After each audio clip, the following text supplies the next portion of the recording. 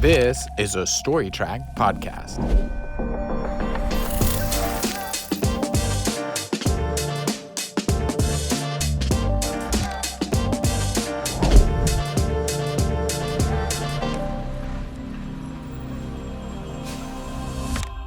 Hi, folks. Welcome to another episode of Building Stories. I'm your host, Steve Harris. Today is my interview with Alison Mills. She's the Vice President of Residential Design and Development for CRG, and they've got a lot going on. They've got a really cool building coming in Chicago in the Fulton Market neighborhood. They do student housing all over the country, and I'm really excited to learn more about all of these buildings. So let's hear what she's got to say. Thank you so much for joining our podcast. Thank you. I'm excited to be here. And so, how long have you been with CRG?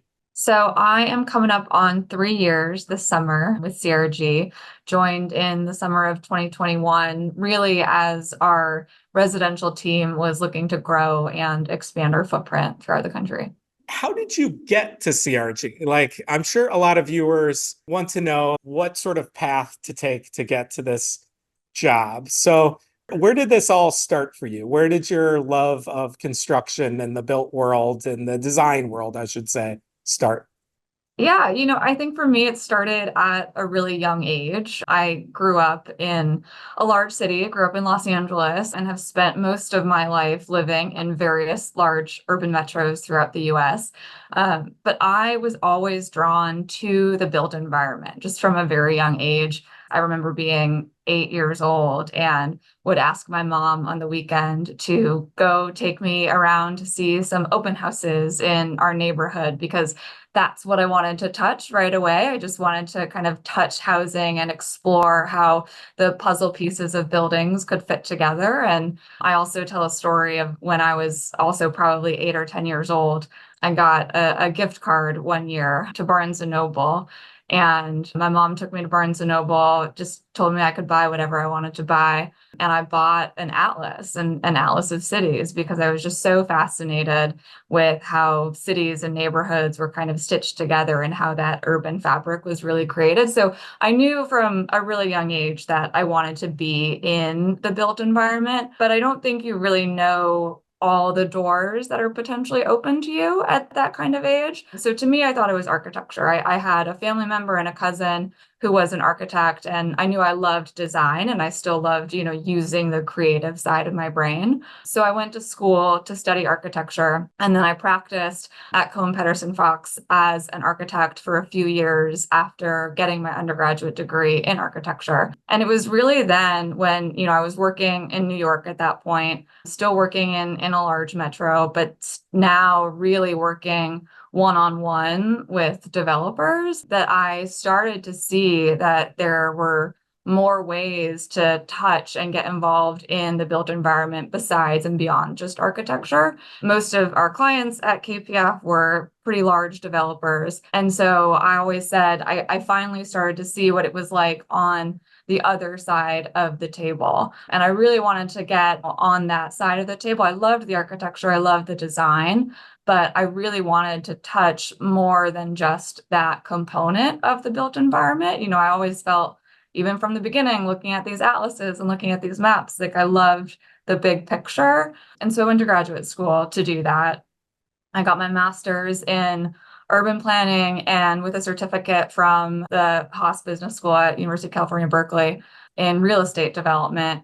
And that was my pivot point. I think I really used education and furthering my own education as my ability to pivot to the other side of the table and my opportunity to pivot. And then at that point, I started interning for developers in graduate school and really learning, on the job, practical development knowledge, in addition to everything that I was gaining in my master's program. And then out of graduate school, I worked at a company based in Chicago, focused primarily on conventional multifamily housing development, ground up, very opportunistic, very entrepreneurial firm called CA Ventures. And at that point, I started working very closely with a longtime mentor of mine, JJ Smith, who then also went over to CRG to really start our residential group here. And then I came along with him to really build out the rest of our development team on the residential side. So a long journey, but I always like to describe it from the beginning because I think there are many developers whose background might have come from the finance or the business side, or even, maybe more on the larger institutional side. And I think there are plenty of us who can come from the design side and, figure out the right way to slot into these firms. I think the way that I've always liked to frame it is I know how to talk to architects. I know how to talk to the rest of the design team because I've practiced that way and had practiced professionally as an architect for so many years. So that was my design-oriented journey into the development world. Nice. So yeah, so like when you were 8 years old and you'd say to your mom, like, hey, can we go look at some homes? Did she like that? Did she want to look at these homes too? Or was she like, you're crazy? So both of my parents were tax attorneys. They did practice some real estate tax. So I don't know if she was totally surprised, maybe a little bit surprised at how much of the creative side of my brain had seemed to come out at a really young age. But they were obviously super supportive and I think kind of curious to see where that would go. But I feel like my biggest the way that I love to learn more about development today still is by touring properties. And so I think that knowledge and, the enjoyment of that and the learning process that comes along with touring open houses, it still continues today. So now I'm maybe touring larger projects than open houses in my neighborhood in Los Angeles, but I think it's still very much a part of how I practice today. So when you go on like trips for fun, do you go and tour a building there and like do something? Always. Yeah, I need to tour the top comps in every market still. And I love getting so in the weeds on what a submarket is doing and the kind of product in a submarket to really understand the tenants, even if we're not actively building in that particular submarket, but really to understand the tenant experience and to know what is it that they're looking at? What is it that they're used to seeing? How could we improve on this? So I love, any new city that I'm going in. I am definitely going to be touring some kind of multifamily building there just to learn a little bit more about that area when I can. And do you find that helps you like at work too? Do you go and tour something and you're like, oh, that's a great idea for a library space there or anything like that? Yeah. Like, Absolutely. I think some of our best ideas for other markets we are inspired by in a totally different part of this country. I have a small example, but the first time I ever saw built-in trash cans in multifamily kitchens was in Minnesota, of all places. And at that point, I don't know how many hundreds of units I had toured before. And it was the first time I had seen this detail. And I just said, that is an incredible detail. We're going to be doing this everywhere now. And so now that is standard in our residential master specifications across our national portfolio. But that happens all the time, seeing a little idea somewhere and taking that as a lesson into another market. that's cool. And it sounds like I might be missing a place, but you've lived in Los Angeles, you went to Princeton, so in New Jersey, and then you went to grad school at UC Berkeley, so the Bay, Yeah. and then you worked in We New got York New for a York. while, Yeah, and New now York for Chicago. KPF and Chicago. Yes. So I try to collect them all, but I do feel like there are definitely some developers who go super deep in one market. And I feel like my particular strength has been more about breadth and really understanding, what's happening in one market and using some of the knowledge and the learnings from many of the cities that I've lived in and bringing it to whatever market or whatever project we happen to be working on. Do you find they all kind of inform one another? Like if you toured something in Los Angeles, would you take ideas from that Los Angeles place and would they work as well in Chicago or in New York? Or is it like, Some might, I think. We are doing something, I think, particularly interesting in one of our new projects in Fulton Market in Chicago, in downtown Chicago, that is definitely inspired by some of the products that we've seen, not only in New York, but also in London. We are what we've been very sensitive to was the usability of every square foot of each space in each unit. And so at 220 North Ada Street, which is currently under construction in the Fulton Market District in Chicago, we spent a lot of time and attention thinking about closets, and really thinking about how could we redesign closets that we see in every unit that in the city of Chicago, where maybe most of them are walk-ins and you have, two shelves and then a long rod and a short rod. And that's about all you're getting. It may be 40 square feet of walk-in closet, but the usability might not be as functional as you would have expected that space and that size of space to yield. And so we spent a lot of time looking at pretty high quality built-in wardrobes in both New York and buildings in London. And really tried to take lessons from how those buildings and how a lot of projects in those cities where they are very space constrained are making better use of their closet space. And so I think we're going to be able to deliver what I hope are some new closets for tenants in the city of Chicago that are far more functional, just in the ability for, them to hold everything that we are expecting to store in these units, but better than even a walk-in closet could. So we're excited to see that. I think it's going to look like a really high quality built-in piece of furniture, but I think is going to have even more added functionality than we were seeing in some of our other projects around here. Yeah, that's awesome. And then I know you do a lot of student housing too. So do you take some of these ideas that you're doing for a place like 220 North Ada, and do you put that into student housing? Or is it like, well, this is a nicer building in the Fulton Market, we can't exactly do this for student housing? How does that work?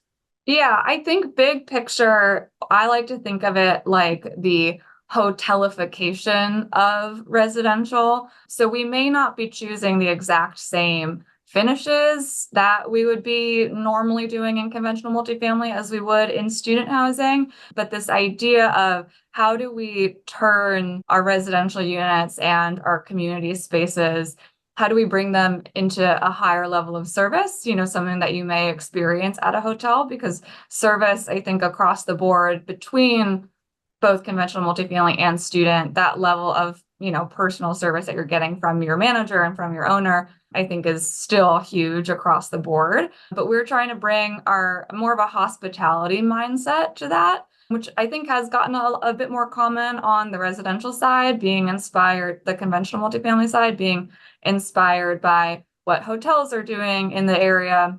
What kind of level of concierge services can you offer? We're trying to take that mindset and then also apply it to student, which I do think is quite new for that space and for that asset class, but arguably even more important since these students are living in these buildings for some of the most important 4 years of their lives. And we're really trying to prioritize their wellness and their mental health and their overall well-being, which I think we can do when we start thinking about student housing more with this kind of hospitality mindset. So adding a level of service to our student housing projects has been increasingly more important to us over the last few years, as has the attention to detail and design attention in a lot of our community spaces in student housing.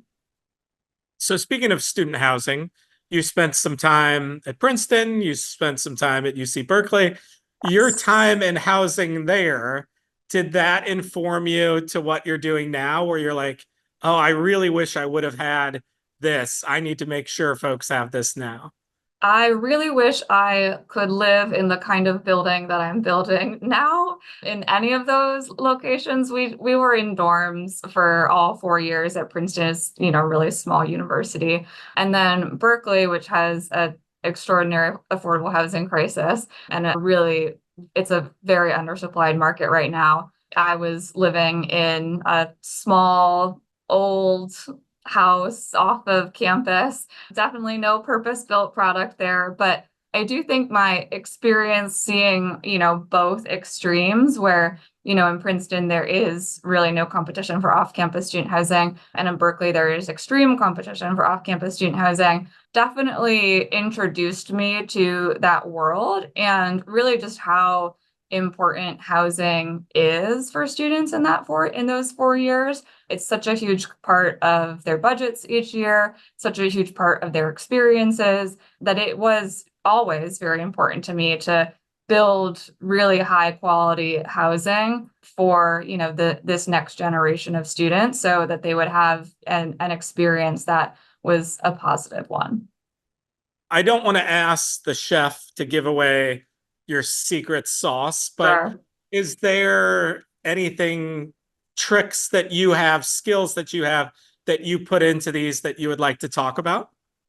Yeah, I like to think that something that maybe perhaps I and my team as developers brings to the table that maybe others don't. We care, I think, really deeply and authentically about relating empathetically to our tenants and feel really strongly that, we are not building this housing for ourselves. We are building it for our communities. And so we do really try to engage and understand our end user, I think to, a level that a lot of other developers don't. And so I like to give the example of the project that we're under construction on up in Madison. It's our Chapter at Madison project. It is delivering this summer. And when we went through the approvals process for that project, we had a really vigorous community engagement element to it, where we spent many meetings talking to stakeholders in the neighborhood,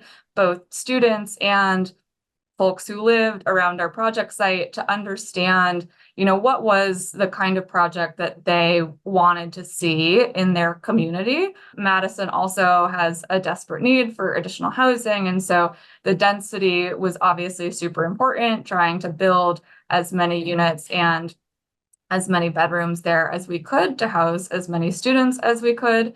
But what came up in that conversation and those conversations that we had with the neighborhood there that I thought was particularly interesting was this long history from folks who had lived in the Greenbush neighborhood where our project is in Madison for decades and had experienced from the time of urban renewal in Madison, a long history of their neighborhood changing and landmarks and historic resources in their neighborhood being demolished for the sake of progress and never really being recognized. And I found that our project was kind of uniquely positioned to be able to offer something to them, like to memorialize all of the projects that and all the other buildings that had perhaps been lost over, the last 40, 50 years in Madison, and be able to bring that kind of special historic tribute to our new project. So we worked with a local artist in Madison. We are going to be creating a mural on the side of our building that tells the history of the Greenbush neighborhood in art form. And then we're also working on what I'm really excited about, but a very detailed museum-like exhibition that's permanent, that will be on the first floor of our building, that also tells the history of the champions of the Greenbush neighborhood, folks that stood up against urban renewal, or folks that had played a really important part in this community, which was a huge immigrant community in Madison, where we're able to recognize and have photographs of old landmarks that had been lost over the last several decades, and really just tell the history of this neighborhood in a way that's never been done before and will always be there for the neighborhood. So it's a small thing in what is quite a large project, but I think it just brings another level to these kinds of projects that really makes it more about the community than just about the building itself. Awesome. That is great that you guys are doing that. Yeah, we love to do art in all of our projects. We try to do it in most of them. Sometimes we have the ability to go super detailed like we're doing in Madison, but we have worked with local artists from Reno, Nevada, where we have our project The Dean at Reno, to South Columbia, South Carolina, where we have the Standard at Columbia, to St. Charles, Missouri, where we have our chapter of the Streets Project. So I have done a lot of murals, but I do really love finding the artists that really resonate with the community and just be able to bring them something, bring them a piece of public art, bring them something that, wasn't there before our building was. Yeah, and you just named a few great spots that you've done. Do you have one job that you're the most proud of or that really changed your life or anything like that?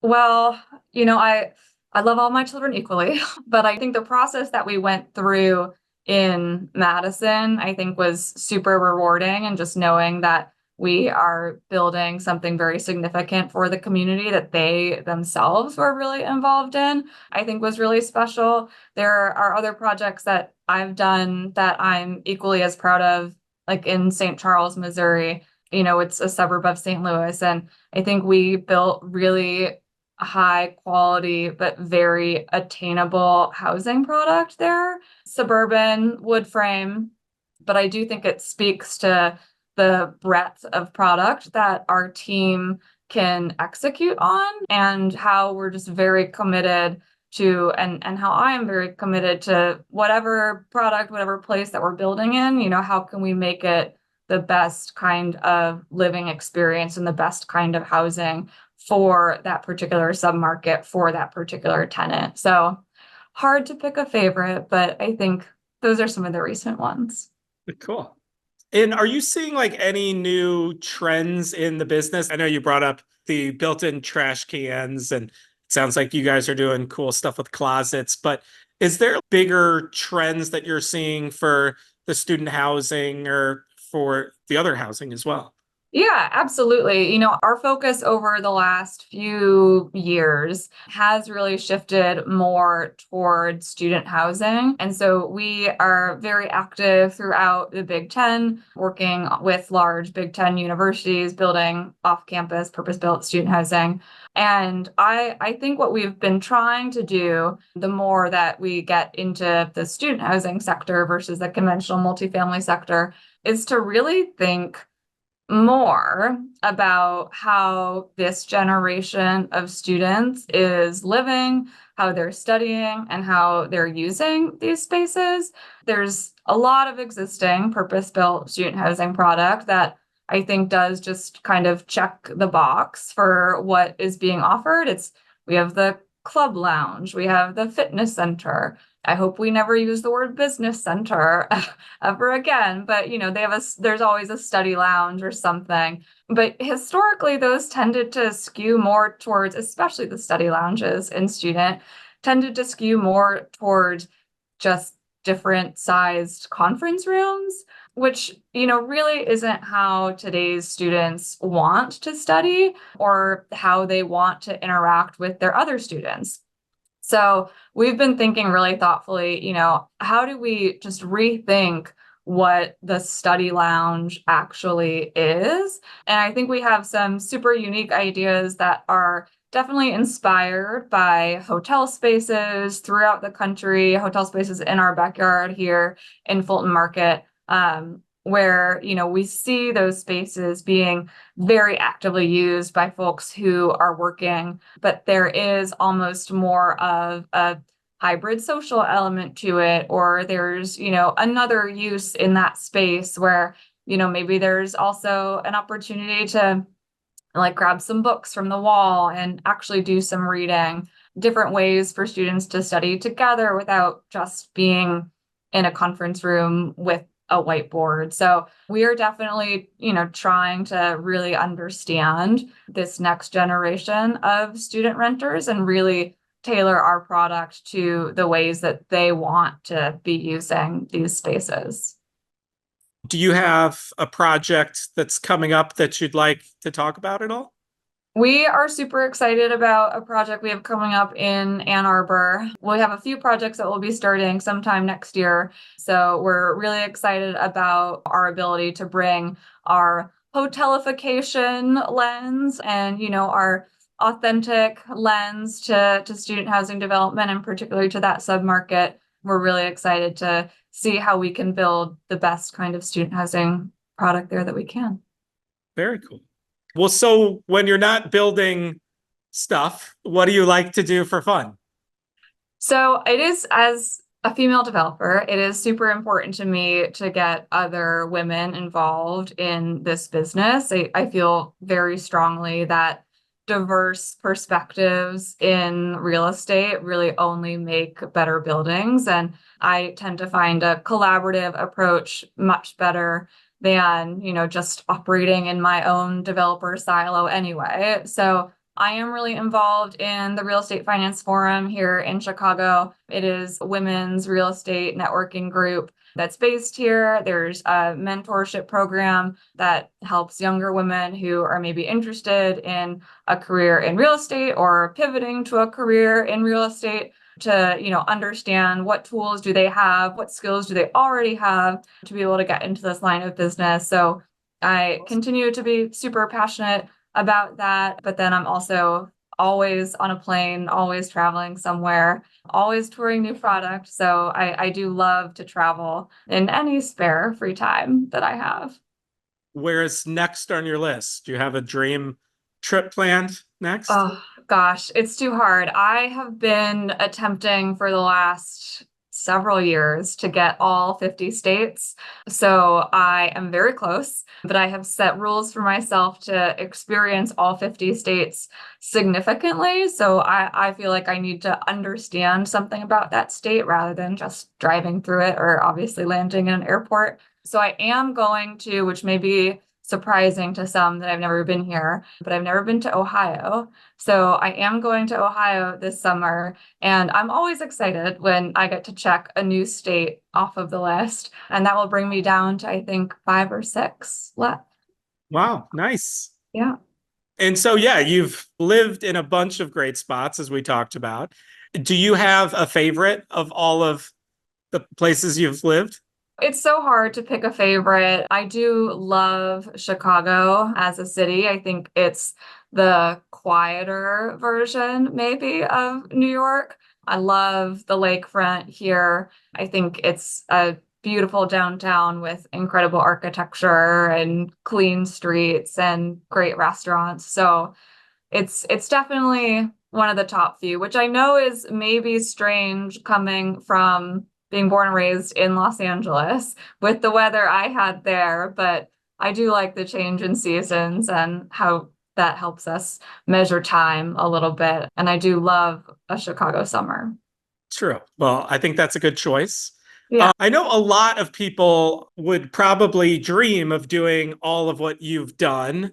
What advice would you have for someone who one day would like to be in your shoes?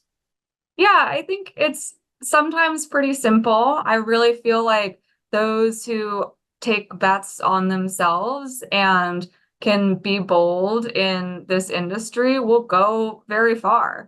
I always, when I was very young and wanted to be an architect, I always remember so many conversations I had where somebody would ask me, what do you want to be when you grow up? And I said, I want to be an architect. And the first reaction that I always got was, oh, good luck. It's tough, late nights in the studio. And I hated that kind of negativity.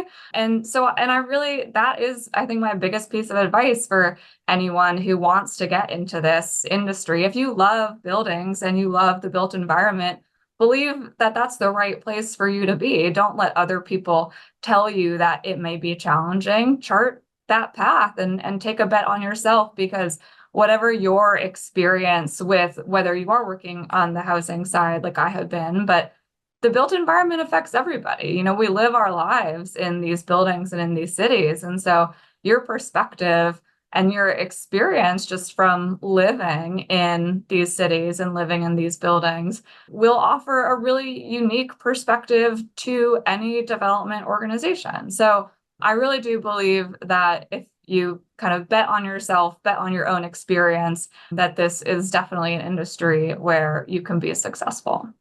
I think that's great advice there. And did you find that to be true? Was it really late nights for you, or did you prove all these people wrong and it wasn't? I have pretty good time management skills. So I think for some, maybe it's part of the experience and they wanted to pull the all-nighters in architecture school and I didn't. So, I think it's however you want to manage your time. I didn't need to pull any all-nighters, I'll say. Awesome. Well, that's great. Yeah, I think so. So maybe I did prove them wrong a little. Yeah. Yeah. Nice. Anything we haven't talked about that you would like to chat about? No, I think this has been super great. I'm happy to, talk about any other projects that we have across the country. I know that we had mentioned a little bit of our project in Fulton Market, which is delivering in the end of 2025, beginning of 2026. So we're super excited to see that off the ground. I think it'll be delivering at a really unique time for Chicago. There won't be a lot of other deliveries around there. So I think it'll be a really exciting moment for our project to kind of stand on its own and be one of the few new deliveries in Fulton Market at that point. So we're excited about that. We're excited about our 2 student deliveries this year. Super excited about our starts to come throughout the Big Ten, the new larger Big Ten, and see where, the next few years take us. Well, thank you for all of your time. This has been great to talk with you, and I can't wait to see all of those things when they're done. I'm sure they're going to look amazing. But yeah, thanks again for being a part of this. Thank you so much. I really appreciate the time. Thanks, everybody, for checking out another episode of Building Stories. To hear more like this, like and subscribe. And if you want to hear more about the great work that StoryTrack does for the building industry, check out storytrack.com.